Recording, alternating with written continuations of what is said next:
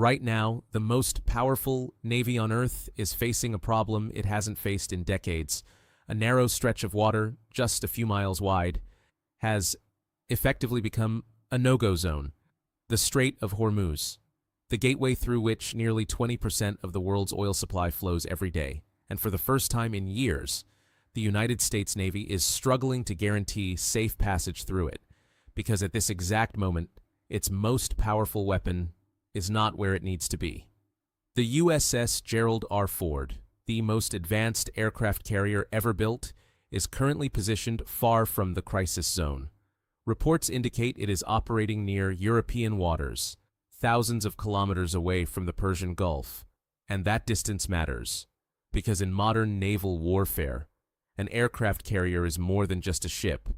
It is a floating airbase, a mobile strike platform, a command center capable of launching sustained air operations. Without it, options become limited. The absence of a carrier creates what military planners call a capability gap, or in simpler terms, a moment when available forces cannot fully execute a mission, and in this case, that mission is reopening one of the most important shipping routes in the world. At the same time, Iran has shifted its strategy. Instead of relying only on missiles or naval patrols, it has focused on something far more difficult to counter: naval mines. These are not simple floating explosives. Modern mines can be extremely sophisticated. Some are designed to detect the acoustic signature of a ship, others respond to changes in water pressure or magnetic fields, and some can remain dormant until the right target passes overhead. The challenge is not just finding the mines, it is clearing them safely. The U.S. Navy maintains specialized mine countermeasure units, including ships and helicopters designed to locate and neutralize underwater threats. Many of these assets are based in Bahrain, home to the United States Fifth Fleet. But mine-clearing operations are slow, extremely slow. Each section of water must be scanned carefully.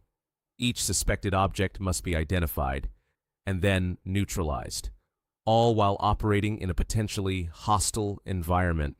Now imagine trying to do that in one of the busiest shipping lanes in the world, under the threat of missile strikes, drones, and fast attack boats. This is why naval mines are considered one of the most effective tools of asymmetric warfare. They don't require advanced technology.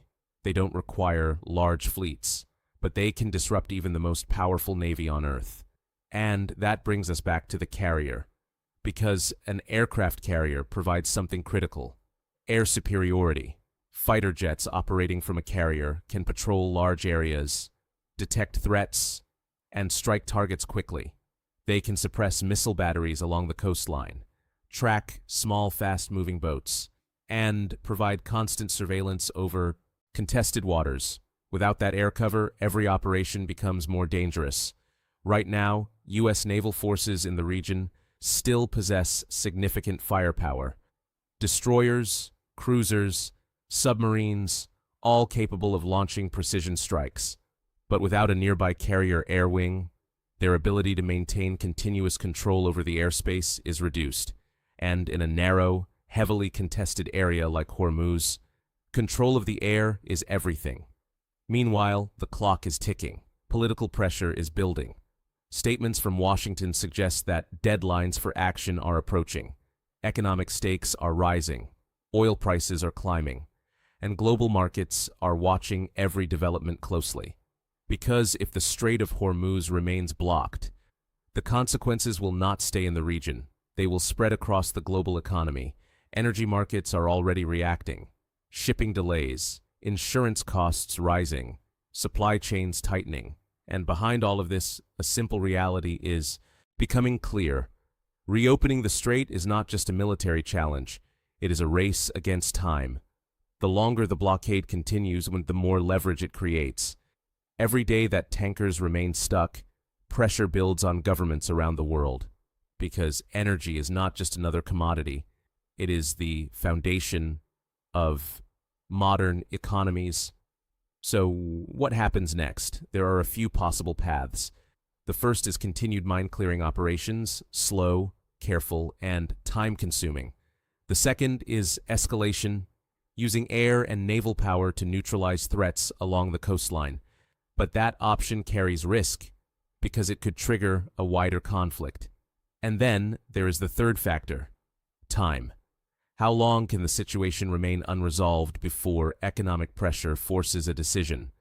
Because while military planners analyze options, markets react instantly. And once energy prices begin to surge, the impact is felt everywhere. For now, one thing is certain: the situation in the Strait of Hormuz has exposed a rare moment of vulnerability, not because the United States lacks power, but because even the most powerful military must be in the right place at the right time. And right now, there is a gap that has turned one of the world's most important waterways into a contested zone. Because in modern warfare, control is not just about strength, it is about positioning. And sometimes, even a temporary absence can change the entire balance of power.